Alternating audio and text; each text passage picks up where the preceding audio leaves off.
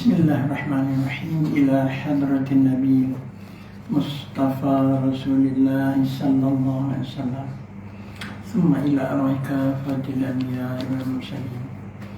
Thumma ila arwahika thumma ila arwah jami'il muslimin min mashariki al-ardh ila maghribiha. Khususan ila rahmah fi kitab.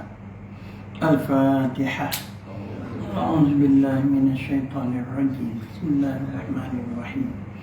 الحمد لله رب العالمين الرحمن الرحيم مالك يوم الدين. إياك نعبد وإياك نستعين اهدنا الصراط المستقيم صراط الذين أنعمت عليهم غير المغضوب عليهم ولا الضالين. قال المصنف رحمه الله تعالى ونفعنا بعلومه بالدارين آمين. السلام عليكم ورحمة الله وبركاته. الحمد لله الذي أحيانا بعدما أماتنا وإليه النشور. أصبحنا على فطرة الإسلام كلمة الإخلاص وعلى دين نبينا محمد صلى الله عليه وسلم وعلى ملة أبينا إبراهيم حنيفا وما كان من المشركين. رضيت بالله ربا وبالإسلام دينا وبمحمد نبيا ورسولا. Mau ucap apa kita sah?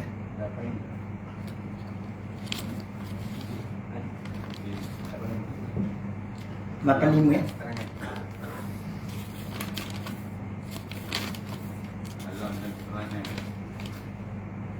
Kalamnya, panjang kita kalamnya. Bismillahirrahmanirrahim. Dan jemaah sekalian, pelajaran kita Aqidatul Najim muka surat 85. Bismillahirrahmanirrahim. Kalam dan keterangannya.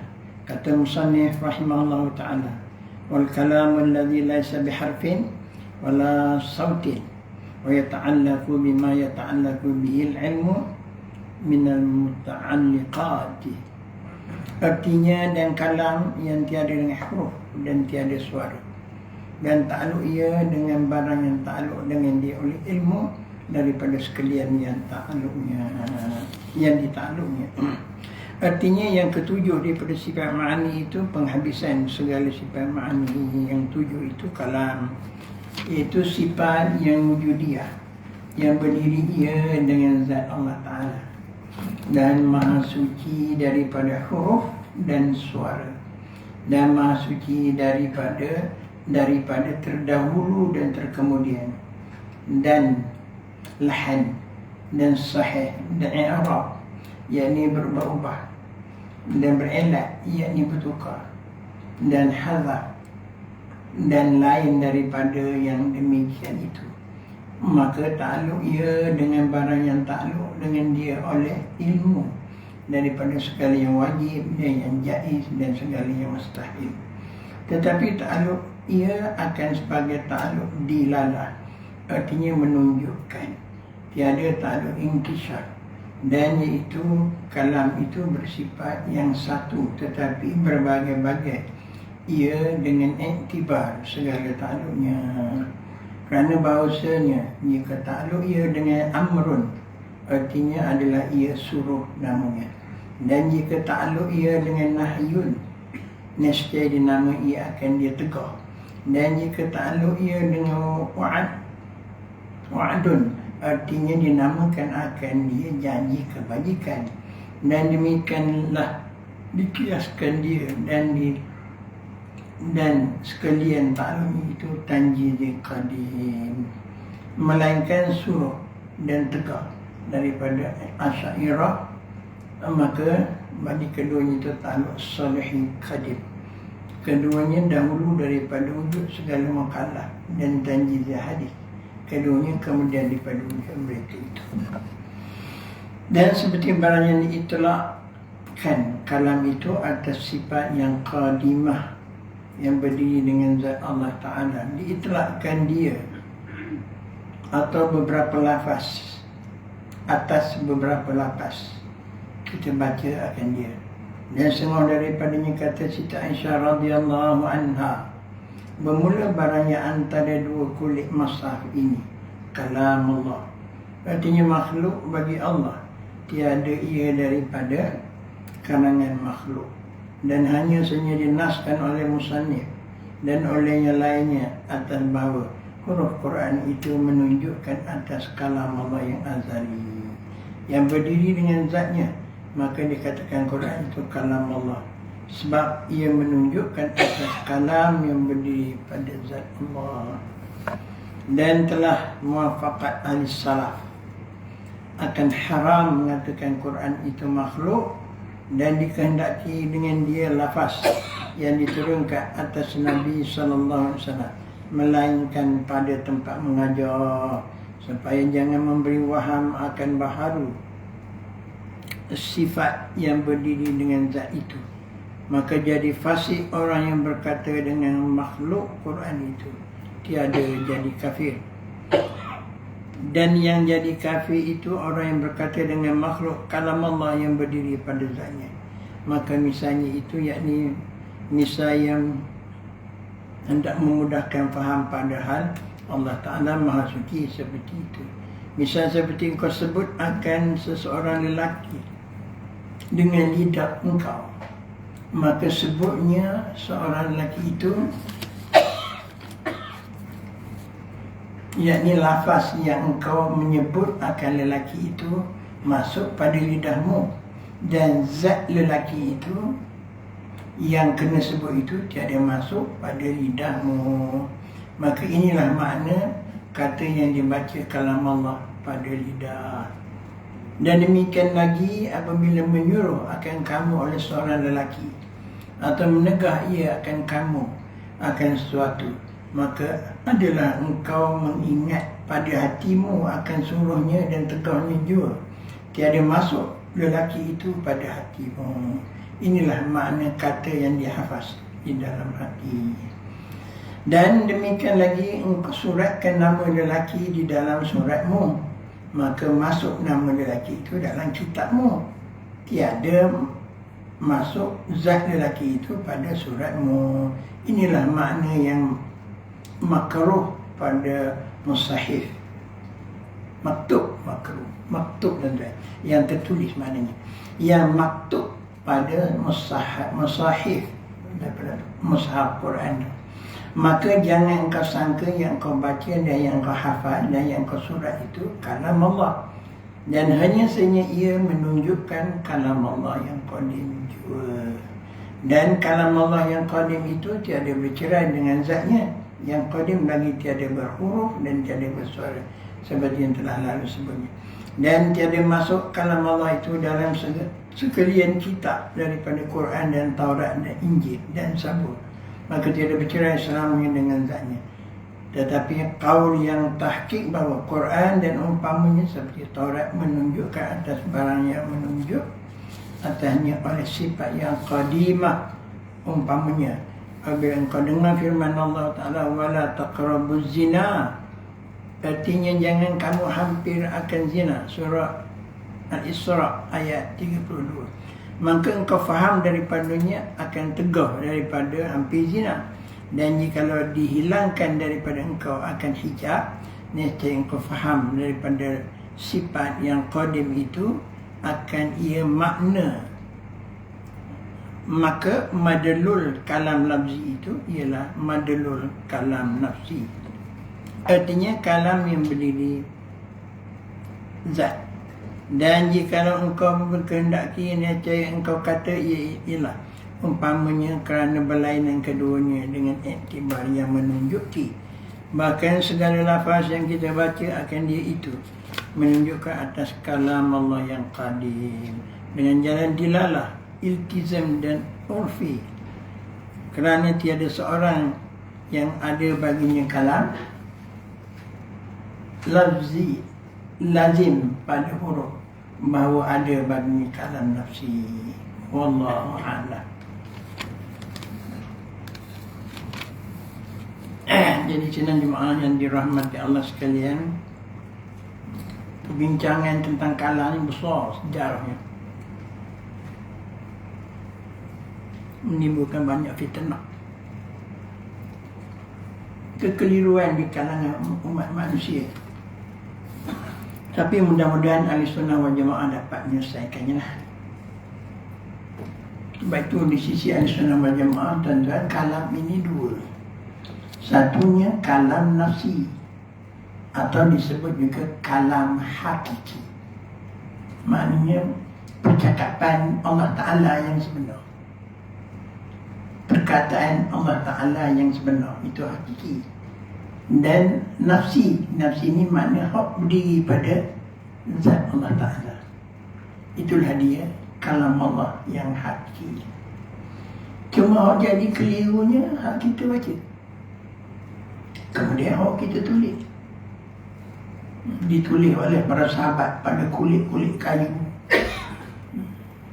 pada kulit-kulit binatang kering semua, sebelum mereka menghafalnya. Kemudian yang dihafal di hati para sahabat.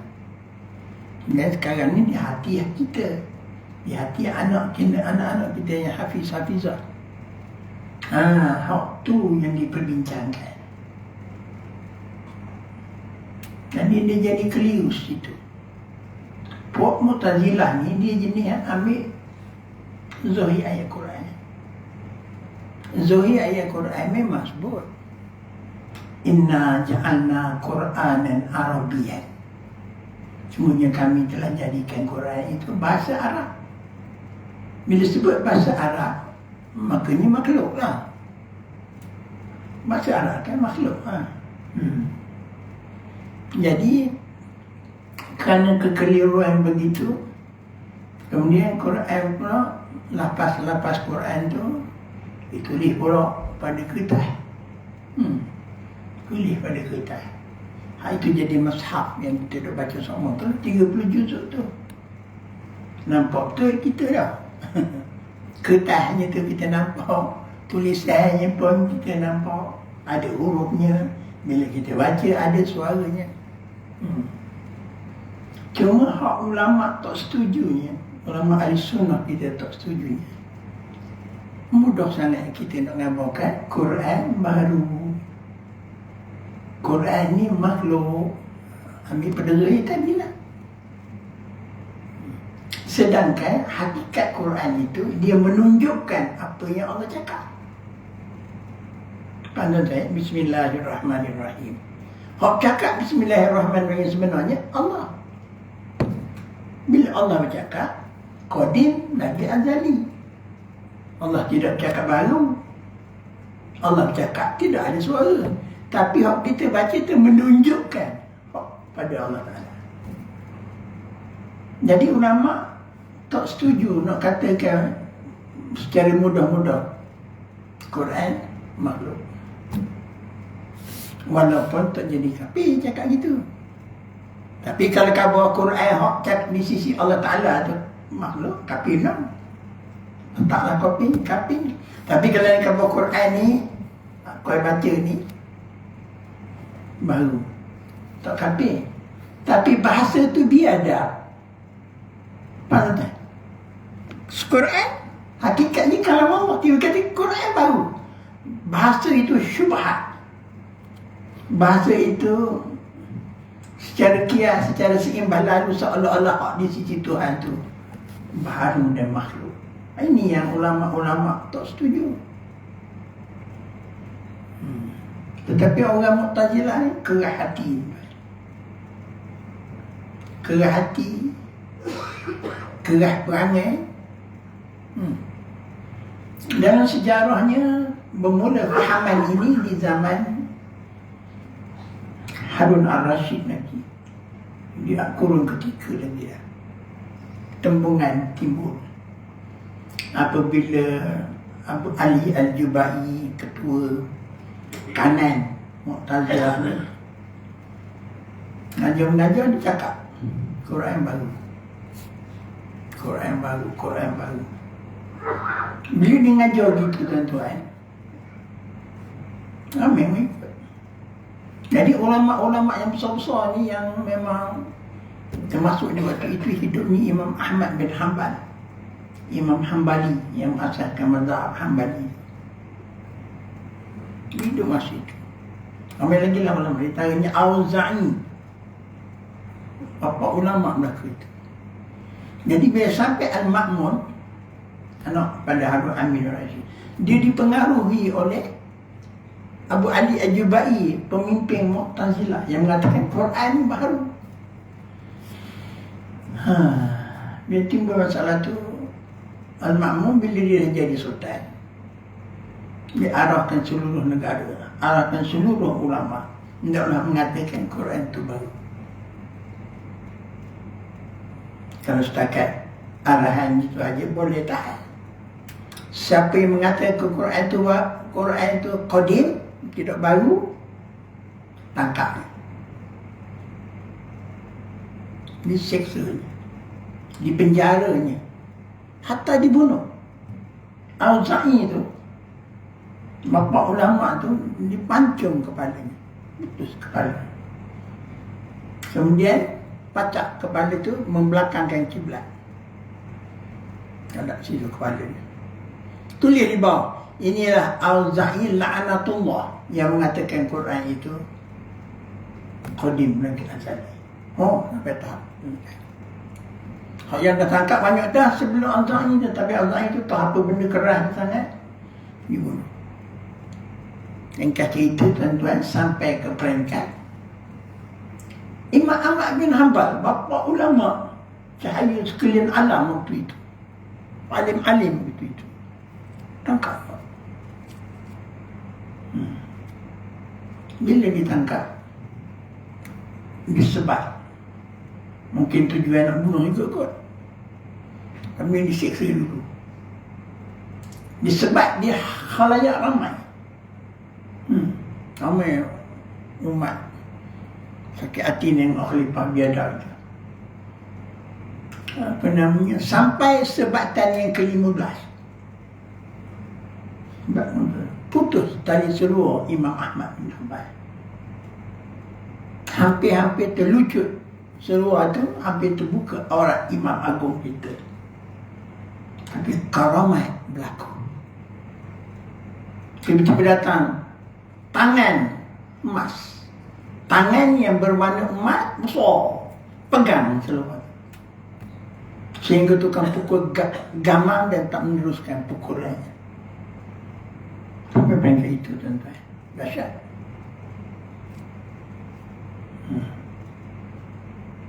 Akhirnya di waktu itu rakyat dah tak tahan. Rakyat naik ke atas istana. Dipukul tu di balai Ronsri. Rakyat mereka kata bebaskan imam, kalau tidak kami bunuh khalifah. Mana berlaku revolusi rakyat waktu itu. Rakyat naik barang, nak beri amalan pada khalifah. Kalau teruskan teksaan kepada imam, kami bunuh kamu. Tak tahulah FRU sibuk masa tu. Tapi maknanya rakyat yang berontak itu cerita lama tu, di zaman Harun Amin Rashid tu. Kurang ketiga itu, masuk kurang keempat. Akhirnya tuan-tuan Imam Ahmad dibebaskan. Tapi dia tetap dengan pendirian dia. Reverse sikit ke belakang, Auza'i itu tadi tuan-tuan, Imam Auza'i tadi, setelah kepala yang ada membelakang kiblat ditulis sebagai laknatullah. Bila maghrib je, kepala yang letak di atas lembing itu, di atas tombak tu pusing hala kiblat. Karamat berlaku tu. Pusing hala kiblat, membaca setengah ulama mengatakan membaca surah Yasin sampai pagi. Orang semua dengar. Maknanya kerah hati tak kerah hatinya bapa bila Mu'tazilah menguasai istana. Maknanya pahaman sesat ini menguasai pemerintah. Berlaku satu sejarah hitam dalam sejarah Islam. Kalam.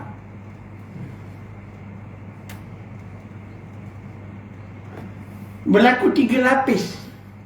Sampai Al-Ma'mun, Al-Wasi', ada seorang lagi khalifah. Kemudian khalifah yang keempat, khalifah yang keempat ini baru dia kembali peluk kepada ahli sunnah. Dia kata adanya abang dia ni adik mengambil alih kuasa. abang aku ni ke hati gila. Keramat berlaku depan mata, tapi teruskan juga pandangan jahat, pandangan sesat dia. Jadi waktu tu barulah Imam Ahmad bin Hanbal diselamatkan semula, diberikan perhiasan, dipanggilkan itu ini. Tapi Imam Hanbal keras hati, tak terima. Berat sangat sehingga dia sebab sebegitu. Jadi sejarah tu hitam dan sejarah itu kalah. Tetapi secara perbahasan ilmiah kita, secara perbahasan kita memanglah apa keluar daripada mulut kita ada suara tak tuan-tuan? Ada suara. Boleh tulis tak? Boleh tulis. Bismillahirrahmanirrahim. Ada suara, ada huruf. Sebab itulah ahli sunnah wal jamaah tetap mengatakan ini namanya kalam lafzi, kalam lafaz sahaja. Tetapi dia gambaran kepada kalam hakiki di sisi Allah. Jadi tak semudah itu nak kata Quran ni baharu. Itu ulama tak setuju. Sangat fasik perkataan begitu dan menghina Allah Ta'ala. Faham tak ya? Jadi dibahas ini panjang lah. Disebut tadi tentang makhluk, kalam, kulit ini kalam Allah. Aisyah kata antara dua mazhab tu kan 30 juzuk tu, daripada kulit ni ke kulit ini, dia kata kalam Allah. Quran itu kalam Allah. Jadi itu yang ulama pegang tu, tak makhluk bagi Allah itu daripada kalangan makhluk, hanya dinaskan. Jadi ia menunjukkan Quran itu menunjuk ke atas kalam Allah yang azali. Dia di situ. Yang berdiri pada zat. Dikatakan Quran itu kalam Allah sebab ia menunjukkan kepada kalam, perkataan Allah Ta'ala yang hakiki di sisi Allah. Sebab itu dijaga adab. Tak mahu semudah itu kita katakan Quran ini baru. Tapi kita fahamlah bila kita dah ngaji gini. Yang ustaz kita baca, anak dia tadi baca imam tadi, itu makhluk tu. Itu tahu makhluk. Tapi nak kabur Quran baru, itu ulama tak setuju. Faham tak? Boleh faham ni? Sikit-sikit je tapi jangan pemudah. Dalam kita pengajian kita tahu memanglah Quran itu apa yang ditulis di kertas, apa yang kita baca, hatta keluar daripada mulut Nabi pun makhluk dah. Hatta keluar daripada mulut Jibril, Iqra' bismi rabbik, keluar daripada mulut Jibril itu pun dah kalam lafzi dah. Memang yang biadab jangan sebut Quran makhluk. Tu yang ulama haramkan. Faham tak? Dia beralur ni sebab tu dia panjang sikit saya baca tadi, tapi syarah ni tak payahlah pakai kitab sangat. Lagi pening tak pening lah, tapi mana itu huraian. Cuma dijaga lidah, jangan kita biadab terhadap kalam Allah yang hakiki ini sisi Allah. Telah mufakat ahli salaf akan haram mengatakan Quran itu makhluk dan dikendaki dengan lafaz yang diturunkan atas Nabi SAW melainkan tempat mengajar. Mengajar tak apalah kita katakan suara kita ini bahasa Arab, tak apa, supaya memberi waham, supaya jangan beri waham baharu yang beliau. Jangan buat kita kata Allah Ta'ala berkata-kata tu baru. Ada huruf, ada suara di sisi Allah. No. Hak di sisi Allah kita tak tercapai hakikatnya macam mana. Tapi kita yakin itu kalam Allah, wajib bersifat qadim lagi azali, tidak baru. Gitu. Maka jadi fasik. Besarlah dosanya orang yang mengatakan makhluk Quran itu walaupun tidak kafir. Dan yang jadi kafir itu kalau berkata hak sisi Allah tu makhluk, itu kafir itu tak ada tikai dah. Kemudian untuk guru kita bagi contoh. Misalnya kata kita sebut Ahmad, nama Ahmad duduk mulut kita. Adakah Ahmad seketul yang masuk dalam lidah kita? Tak ada. Muhammad duduk luar tu, tak ada pula Muhammad bungkok dalam mulut kita, tak ada. Ataupun kita tulis nama Ahmad, adakah Ahmad tu masuk dalam kitab kita? Tiba-tiba bagian je Ahmad dalam kitab kita tulis, tak ada. Itu nak kiaskan bahawa apa yang disebut kalam lafzi dengan kalam nafsi. Bismillahirrahmanirrahim. Kita wajib bayangkan Allah berkata-kata itu. Tapi kata-kata Allah tak ada suara, tak ada huruf, tapi wajib dia kalam Allah. Sebab itu tak boleh nak katakan Quran baharu atau makhluk. Itu jumlahnya.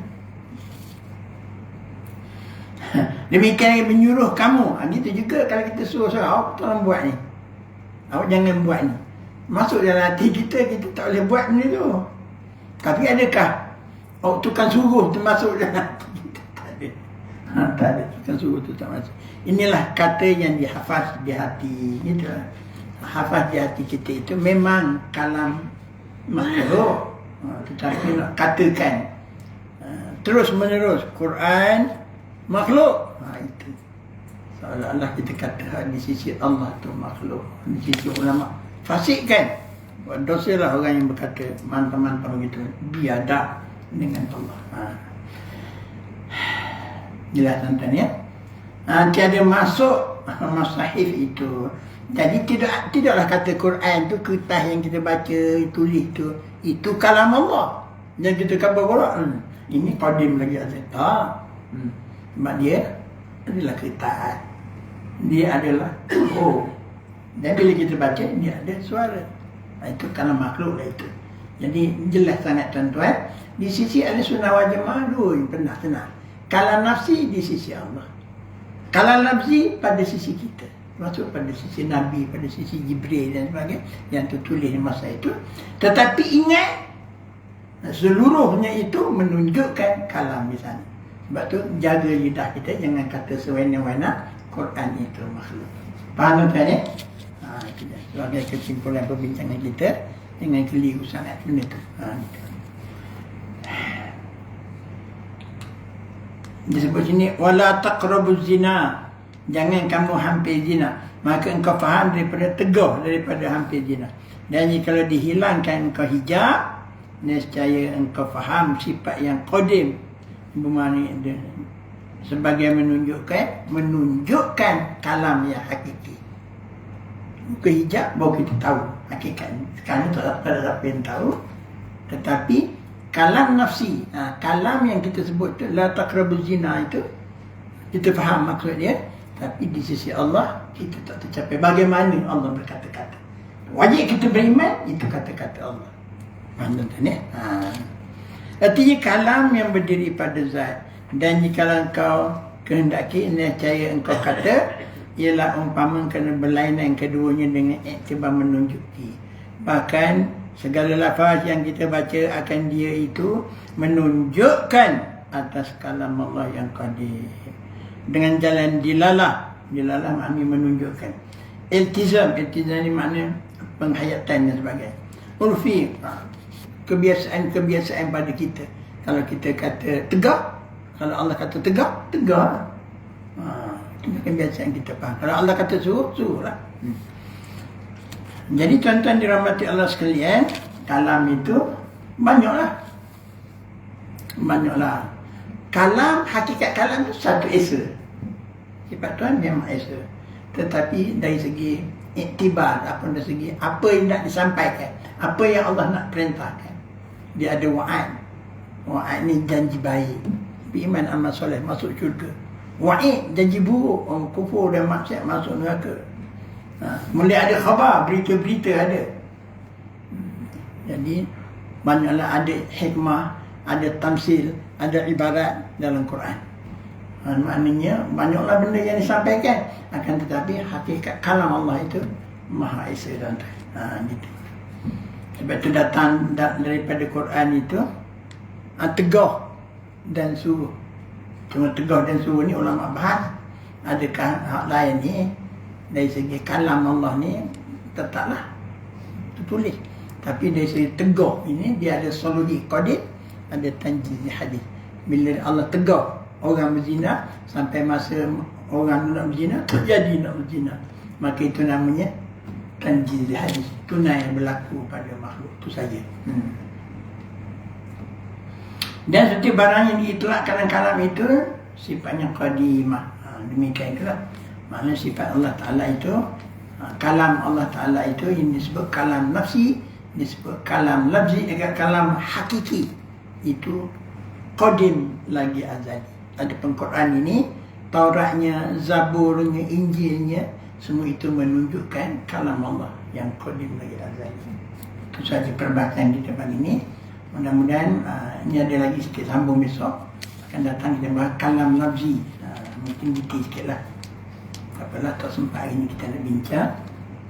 Untuk lebih lagi kita fahami lah. Tapi sejauh ini begitulah kesimpulan yang dibahaskan oleh ulama. Nak mujulah perbahasan itu terhenti di zaman kurun yang keempat itu. Sampai sekarang ni dah tak berapa diperbincangkan dah. Tetapi ulama Ahlussunnah wal Jamaah sudah membuat keputusan bahawa kalam Allah dua, kalam nafsi, kalam nafsi. Faham tu tuan-tuan ya? Maknanya kalau kita berbincang dan timbul masalah, fahamilah kalam nafsi itu betul pada kita. Kemudian jangan sebut Quran makhluk, jangan sebut Taurat itu makhluk. Jangan sebut begitu. Wallahu a'lam. Baik, kita buka soalan kalau ada. Boleh dapat faham tuan-tuan ya? Ini yang kita wajib jaga.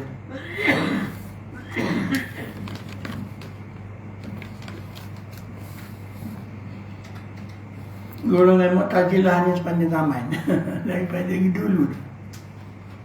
Mu'tazilah ni golongan liberal.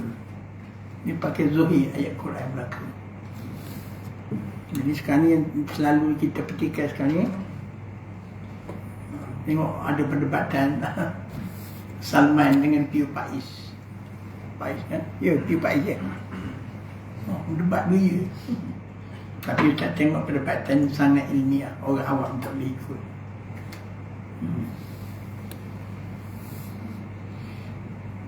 Bincang. Mu'tazilah ni pakai akal dia. Dia tidak merujuk kepada nas. Dan tidak merujuk pandang-pandangan ulama. Dan tadilah inna ja'alna Qur'anan Arabiyyan. Bila Tuhan sebut Tuhan duduk di atas aras, dia kata duduklah. Takwil tak nak. Diam tak nak. Kita senang. Ahlussunnah wal Jamaah jelas. Ayat mukasyabihat ada dua pendapat kita. Yang pertama, salaf yang dahulu, dia diam. Apa makna Tuhan duduk atas aras? Kami tak tahu. Kami serah pada Allah. Apa makna tangan Allah? Kami tak faham apa maksud tangan Allah. Kami beriman kepada ayat itu, tapi kami tak kata tangan Allah serupa dengan makhluk dah. Ini sebut Allah turun. Kami tak tahu apa makna. Inilah mazhab yang paling selamat, mazhab sunnah kita. Cuma ada satu mazhab lagi, dia kata takwil. Apa makna wajah Allah, muka Allah? Artinya zat Allah. Apa makna tangan Allah? Makna kudrat Allah. Apa makna Allah turun? Turunnya rahmat Allah. Itu pun kemah juga. Ini dua-dua Ahlussunnah wal Jamaah tuan-tuan. Dia ataupun takwil secara tahqiq. Bukan kita takwil tuan-tuan, ulama yang takwil itu teguh. Ini tu senang je, tak ada benda nak pening-pening kepala. Ini dok Tuhan ada tangan lah. Kabur kita. Kayaknya tangan tak serupa dengan makhluk. Dia pergi. Tuhan duduk lah weh. Kan begitu juga. Tapi duduk tak serupa orang duduk. Jadi serabut kepala kita. Nak faham gitu kan? Yang senang, kita tak tahu apa maksud Allah. Quran pun sebut, wa ma ya'lamu ta'wilahu illallah. Tidak ada yang tahu takwil kepada ayat yang mutasyabihat melainkan Allah. Itu Quran. Tak payah mana tuan. Tapi benda tu masih diperdebatkan di YouTube, di mana-mana. Bahawa habis menimbulkan. Pada ayat mutasyabihat bukan banyak sangat dalam Quran. Ayat yang terang-terang hukum akan jelas. Banyak nak kita amal. Tak ada pasal nak balok benda gitu dah. Tapi puak ni membawa ke tengah masyarakat dengan cara nak menentang Asy'ari, menentang Maturidi, itu saja. Menimbulkan fitnah dalam masyarakat. Kita sikit sebanyak kena bertahan gitulah. Kita dah jelas pendiri Ahlussunnah wal Jamaah. Satu tafwid, diam kepada Allah. Yang kedua takwil secara tahqiq. Qudrat makna itu mana tangan, qudrat Allah Taala. Muka, bukan muka bermata, bertelinga, berhidung gitu, bukan. Muka maknanya zat Allah, dia Allah. Itu yang tahqiq. Allah turun, rahmat Allah turun. Mudah je tuan-tuan. Wallahualam. Kalau ada soalan sila tuan-tuan. Sikit lagi lah kita bincang dalam lafzi. Sebenarnya hari ni nak kemana? Ada soalan tuan-tuan?